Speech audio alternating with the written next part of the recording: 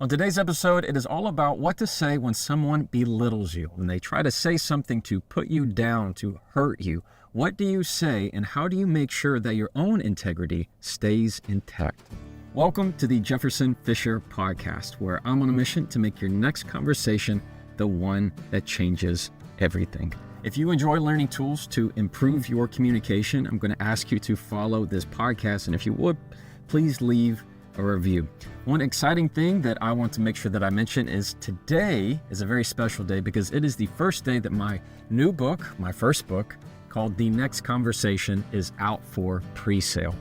You can find it wherever you want to buy books. It's also going to be an audiobook, but it is a book that no matter who you're talking to, whether it's a difficult conversation, just a heated discussion, or if you're just having a hard time communicating and you're not sure the basic foundations of what you need to be doing, you're going to find all that and more in this book. I really poured my heart into it to make sure that I'm giving you practical strategies right out of the gate and experience from my own life that I know will help you. If you want to pre-order it, I'm going to make sure that the links are in the show notes there, and you can also go to thenextconversation.com, thenextconversation.com, and you can order it there. When somebody is belittling you, the first thing that I want you to do is, number one, make them say it again.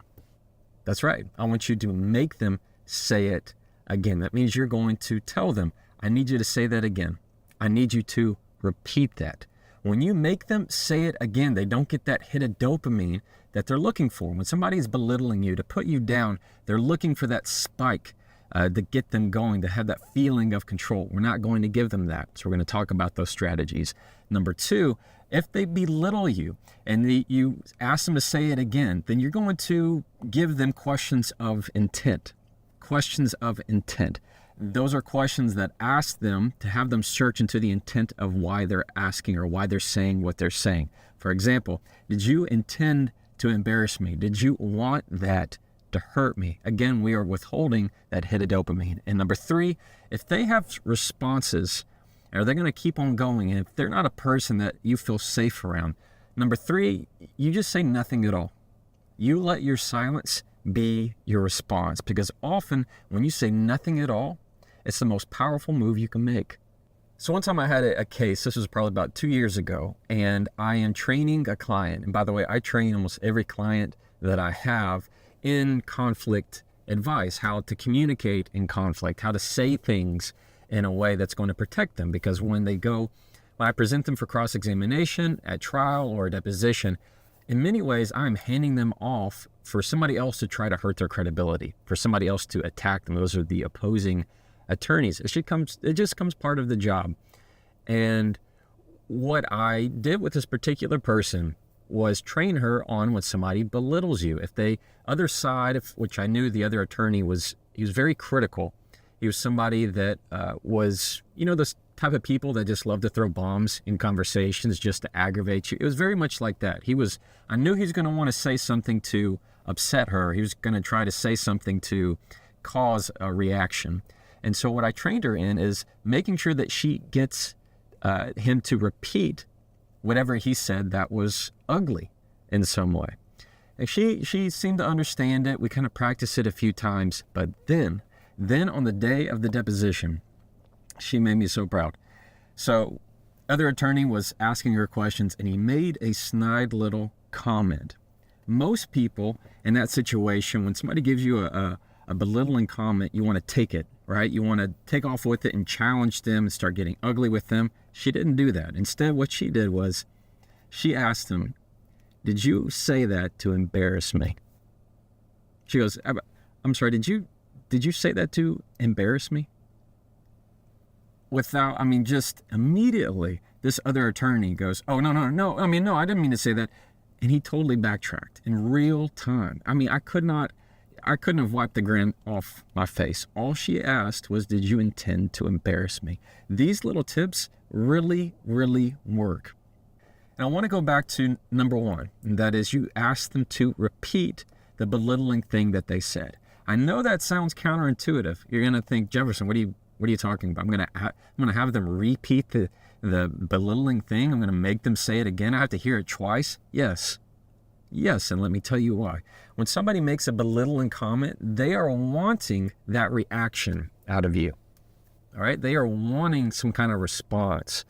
When they say something to hurt you, you're giving them that reaction by being hurt, by getting upset, by huffing and puffing, throwing something back, by yelling at them. That's what they want. Often when you ask them, I need you to repeat that. I need you to say that again. They won't do it. They can't do it, or they'll backtrack because they realize, oh wait, they're not doing what I want them to do. They're not taking the bait.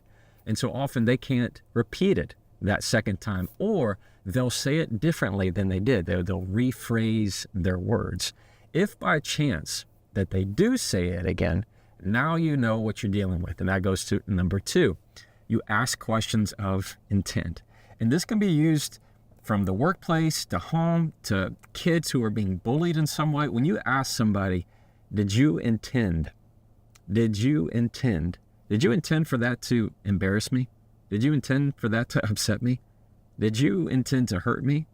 When you ask those questions, what it does is, instead of the spotlight being on you and your behavior and how you're going to respond to that belittling comment, it goes back to them. Now the spotlight flips.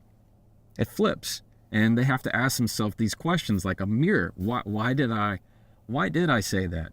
Why did I do that? They're forced to now answer the intent behind, the purpose behind their hurtful words. And so often when that happens, the other person will apologize or rephrase or say, I didn't mean it that way, or they'll move on. What the biggest key to this is, you're not going anywhere. You're showing that you're standing your ground. You're not saying anything rude. You're not putting your integrity on the line. You're just asking them to see themselves by just saying, why did you do this? Did you intend to hurt me? Did you intend for that to upset me? Because what you're telling them is, whatever you meant to do, it's not having that effect. Whatever you meant for that to be, you're not getting it. And they'll backtrack from it. Number 3, if by chance they respond and say, yeah, I didn't mean to hurt you. Yeah, I did mean for that to embarrass you. Understand, that's not somebody you want to be around, right? That's not somebody you want in your life. But the best thing that you can do often in those situations is say nothing. Now, I don't mean that to say, I'm not equipping you with any tools and just be a wallflower, somebody just to be laid over. No, I'm saying is often silence, when you just look at them, it says, I don't have to respond to anything that you said. It's not having that effect. And then their words ring hollow because it's just nothing for them their words to stick onto. It's just nothing but an echo. And that's how you're going to have something to where you're going to be more powerful every single time. So let's run through a quick example. All right. Let's assume maybe you're at work at a team meeting or something, and you make a suggestion. And somebody makes a belittling comment. They say, nobody asked you, or nobody cares. Right? Have you heard that before? Where somebody says, did I ask? Or nobody cares. Nobody asked you. When you hear that, let's go, number 1, make them say it again. That means you're going to ask, can you repeat that? Or say that again for me. Say that again for me. They're going to say, nobody asked you. If they actually have the guts to repeat it. Number 2, going to go to a question of intent. Like, do you say that to make me feel less? Do you say that to make me feel small? Did you intend for that to embarrass me? Did you intend to dismiss my ideas? Do you say that to dismiss my ideas? You see how you're taking what you perceive their action to be doing and you reflect it back on them like a mirror. Did you intend for that to hurt my feelings? When you say that, they then have the spotlight all on them. They have the floor to either correct the issue, accept the issue and apologize, or double down on it. And whatever they say, now if they apologize, it's up to you if you want to accept that apology, if it's a genuine apology. But if they double down on it, then don't feel the need to go back at them. Don't feel the need to say anything ugly. You just let it go silent. Because if other people are around, they're going to be paying attention to your integrity. Other people are going to be paying attention to how you're going to respond. And the person who is more emotionally mature every single time is the person who feels like they don't have to respond to disrespect. They don't have to respond to these things that are belittling or beneath them in some way, that you have this threshold of respect before you respond to these kind of things. All right, we're at the part of the episode where I get to read a question from a follower. It's one of my favorite parts of the episode. If you're not part of my weekly newsletter, I send out an email once a week right to your inbox, and those who are part of the newsletter are able to email me questions. So that's where I get all these from. This one is from Carol. She's in Denmark. Let me pull it up. Carol says, "Hey Jefferson, I love all of your advice." Thank you, Carol. "I have an issue with somebody at work. This is a colleague or coworker of mine, and he likes to compare me to different things. For example, he would say, not bad for an old lady, or not bad for a blank." I'm guessing this is like comparing you to something else. These are things that really bother me, and I like to try and wave them off, downplay them, but sometimes when I'm home alone, they really, really get under my skin. What do you suggest? Carol, I'm so sorry that happens. I don't like that at all. I need to meet this person. The way you described it, it was a male coworker, and I don't want to get into the differences on men, women, but what I can tell you is here's some basics that I want you to follow. Number one, Carol, you stay as calm as possible. Don't wave this off. Don't laugh it off. Absolutely not. Because when you laugh it off or you act like it's not a big deal, it does nothing to stop them from doing it again. They will continue to do it. This person will continue to say these belittling things. And that's often a very belittling tactic, is when somebody compares you to things. Not bad for an ugly person, not bad for somebody who's old and tired, not bad for somebody who's X, Y, and Z. Or they might say, you're so annoying, you're such an idiot. You're not bad for the not the sharpest tool in the shed kind of thing. These little things that they think are funny in that moment, and most likely he's doing it in front of other people, trying to get some kind of laugh, trying to get attention. I want you to stop all of that by remaining calm, like we talked about. Number one, remain completely calm about it and don't laugh it off. Number two, ask him a question. This is the question. Did you say that to embarrass me? Did you say that to hurt me? Make him question the purpose of why he's asking that. Did you say that because you thought it was funny? Did you say that to get a laugh? You can call this kind of behavior out very quickly by asking these questions of intent, like we talked about earlier in the episode. If that doesn't feel comfortable to you, Carol, you can always ask him to repeat that. So if he were to say something like, you know what, that's not too bad for an old lady. He might not have said that in a way to be hurtful, but it certainly can feel that way. And if you ask him to repeat it, say that again for me. I need you to say that again. All right, man. He might feel that and go, ooh, I can tell he's not going to want to say that again. Or if you've asked, I need you to say that again slower for me.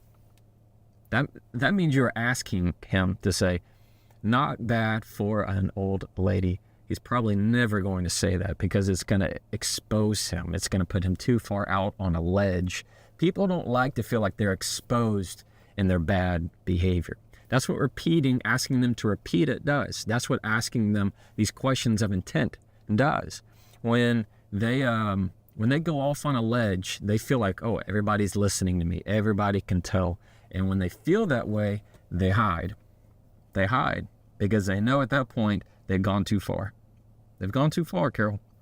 So when that happens, don't smile, don't laugh it off, don't wave it off, don't try and be funny with it. I want you to just calmly ask the question, did you say that to embarrass me? And just let that rest. Give it that silence. Don't feel like you have to rush. Don't let it bother you. Don't let it get you upset, because that's what he wants. To be able to say, did you say that because you thought it was funny? And just let that hover right there in the air and see how he responds. Most likely, the result you're going to get, Carol, is he's not going to do that again. And at the end of the day, what you have demonstrated and shown him without even saying it is that you're the type of person that can stand your ground. You're the type of person that is not going to be pushed over. All right? You got it.